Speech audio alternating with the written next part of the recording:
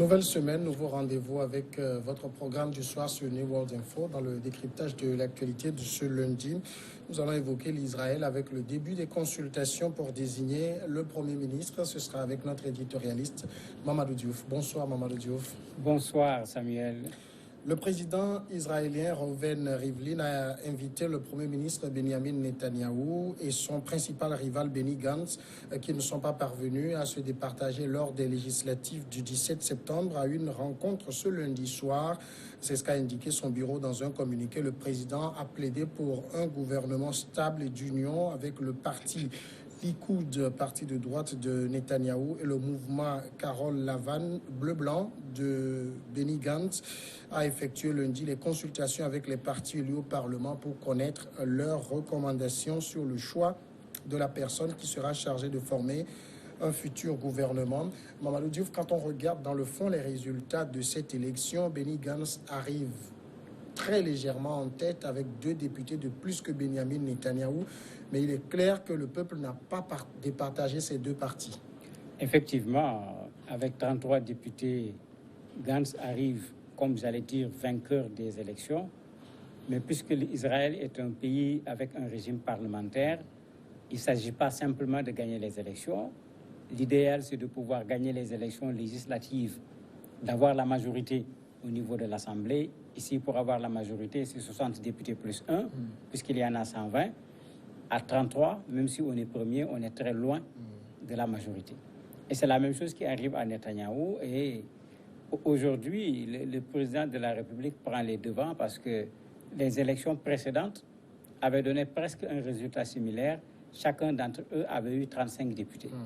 Donc, à la limite, quand on compare les élections, tous les deux ont reculé, même si Gantz a pris une petite avance par rapport à Netanyahou pour ces élections-ci. Alors pourquoi aujourd'hui il devient très difficile aux Israéliens de donner une majorité très claire à quelqu'un? C'est l'offre qui ne répond plus aux attentes? Ce n'est pas que l'offre ne répond plus aux attentes. Les Israéliens sont aujourd'hui très partagés. Et c'est ça qui se reflète sur les élections depuis un certain nombre d'années. Netanyahou a des forces qui le soutiennent, en particulier les ultra-orthodoxes. Et à chaque fois, il réussit à trouver une alliance. Même quand il y a des problèmes, il réussit à trouver une solution en autorisant qu'on ouvre encore des espaces au niveau du territoire palestinien pour construire des colonies. Généralement, c'est la méthode qu'ils utilisent. On a vu dans la campagne, c'est à eux également qu'il s'est dressé au niveau de sa campagne. Benny Gantz, il faut dire qu'il vient d'arriver. En fait, il vient d'arriver en tant qu'adversaire par rapport à Netanyahou. Et il a du mal à dépasser un certain score depuis qu'il a commencé. Il crée énormément de problèmes, effectivement, à Netanyahou, mais il ne parvient pas à faire la différence. Le troisième, Lieberman, qu'on a toujours considéré comme étant le faiseur de roi, cette fois a pris une position radicale dès le départ en disant que lui, il considère les Arabes comme des ennemis. Et les Arabes ont choisi de s'allier à Benny Gantz. Donc, il ne va pas demander au président, il va pas recommander, puisque c'est l'expression qui s'utilise au président de la République de faire de Benny Gantz un Premier ministre. Il dit qu'il ne va pas recommander également Netanyahou, parce que Netanyahou est tout le temps allié avec les ultra-orthodoxes, et lui, il considère ces ultra-orthodoxes comme ses adversaires. C'est pourquoi j'ai dit que les positions sont très campées, de sorte que le président a raison de prendre les devants, parce que sinon, on va encore vers de nouvelles élections. Et quand on regarde les 2 dernières élections, une 3e élection, ce n'est pas évident que cela permettra de départager ces 3 groupes-là. Est-ce que Benjamin Netanyahou et Benny Gantz, c'est 2 idéologies diamétralement opposées? On peut dire oui. Parce que le fait que Benny Gantz accepte de collaborer avec les 13 députés arabes, on ne voit pas du tout Netanyahou dans cette logique. Du tout. Puisqu'il est avec les ultra-orthodoxes qui vont jusqu'à penser que ces Israéliens arabes, on ne doit pas les considérer comme des Israéliens. Ce sont des Palestiniens, il faut qu'ils aillent du côté palestinien à la limite. Donc avec ça, s'ils doivent s'asseoir autour d'une table, il y a des questions qui vont être des questions difficiles. Benny Gantz également n'est pas pour les ultra-orthodoxes. Il est effectivement pour un État juif, mais pas dans le sens à la limite théocratique que les ultra-orthodoxes veulent donner à cet État. Donc, quand ils vont s'asseoir, s'il faut mettre en place des éléments sur lesquels ils vont s'entendre, ils vont certainement en trouver sur le plan économique, etc. Mais il y a des aspects où, pour trouver une entente, ça ne sera très certainement pas facile. Alors, devant le président, qui des deux hommes a plus d'arguments à faire valoir pour se faire désigner Premier ministre? Difficile à dire parce que le régime parlementaire israélien a cette particularité. Dans le régime parlementaire classique, celui qui obtient la majorité des députés au niveau de l'Assemblée, le parti-là est le parti qui désigne le Premier ministre. Alors qu'en Israël, même si tu as la majorité, ce que le président a fait, le président a ce pouvoir de consulter les partis qui ont obtenu des députés à l'Assemblée. Les partis lui recommandent parmi ces partis qui ont obtenu des députés à l'Assemblée qui on peut proposer comme Premier ministre qui va se concerter pour essayer d'avoir 61 députés. Et il peut choisir quelqu'un qui n'a pas le plus grand nombre de députés. Il n'est pas obligé, dans ce cas-ci, par exemple, de choisir Gantz. Maintenant, qu'est-ce qu'il va utiliser? Je me dis qu'il n'est pas dans une logique de qu'est-ce qu'il va utiliser pour prendre quelqu'un. Lui, il est plutôt dans une logique de stabiliser ce pays parce que le contexte qui entoure Israël n'est pas un contexte aujourd'hui favorable pour que Israël se permette de vivre dans une certaine instabilité sur le plan politique en organisant 3 élections législatives qui vont se suivre s'ils ne parviennent pas à trouver un compromis. Donc certainement, il va aller dans le sens de faire en sorte que les deux s'entendent. Vous avez même certains analystes qui disent que l'entente va certainement consister à couper le mandat en 2.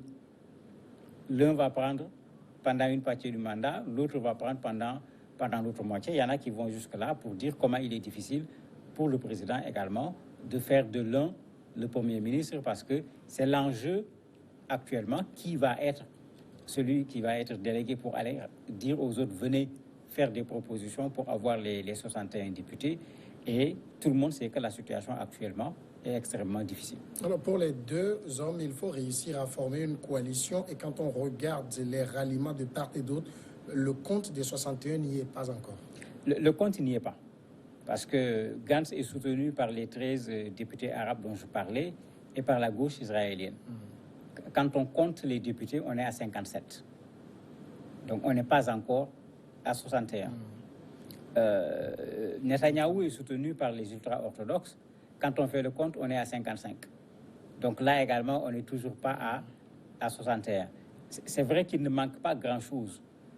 Il aurait suffi que quelqu'un parmi eux puisse avoir Lieberman de son côté pour que la balance penche. Mais Lieberman a rencontré le président de la République dimanche quand il rencontrait tous ceux qui ont obtenu les responsables de partis qui ont obtenu des députés au niveau de l'Assemblée. Et lui, il a été très clair, il ne propose personne. Il ne propose ni Netanyahou pour diriger le gouvernement, ni Benny Gantz pour diriger le gouvernement, alors que potentiellement, c'est ces deux qui sont là, sauf si, à défaut de trouver une solution, le président utilise son pouvoir qui va consister à proposer à une autre personne d'aller chercher de mettre en place une alliance pour devenir le Premier ministre. Et qui peut être cette personne-là? Ça va être compliqué parce que je vois mal qu'on aille le chercher chez les Arabes, puisque ça va être un gros problème au niveau d'Israël.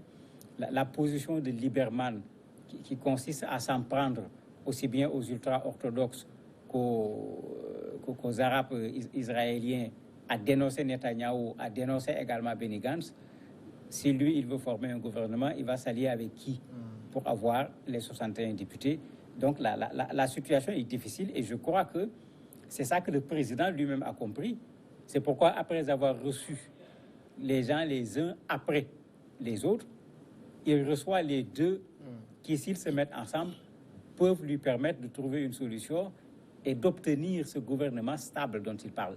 Parce qu'il ne s'agit pas seulement d'avoir un Premier ministre, parce qu'après qu'on ait nommé quelqu'un Premier ministre, si au niveau de la gouvernance on ne s'entend pas, il suffit que ces députés se retirent pour que celui qui est nommé Premier ministre perde la majorité et on retourne à la case de départ. Et je me dis que le président veut éviter cette instabilité. C'est pourquoi il l'a dit clairement, il veut un gouvernement stable dans lequel il y aura Netanyahou, il y aura Benny Gantz. Comme ça, là, il est sûr qu'au moins, ça ne sera pas un gouvernement pour quelque temps seulement.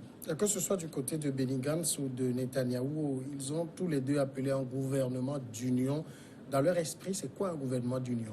En fait, le gouvernement d'union, c'est ce à quoi appelle le président de la République aujourd'hui, parce que il est difficile de départager les Israéliens aujourd'hui à partir d'une élection législative.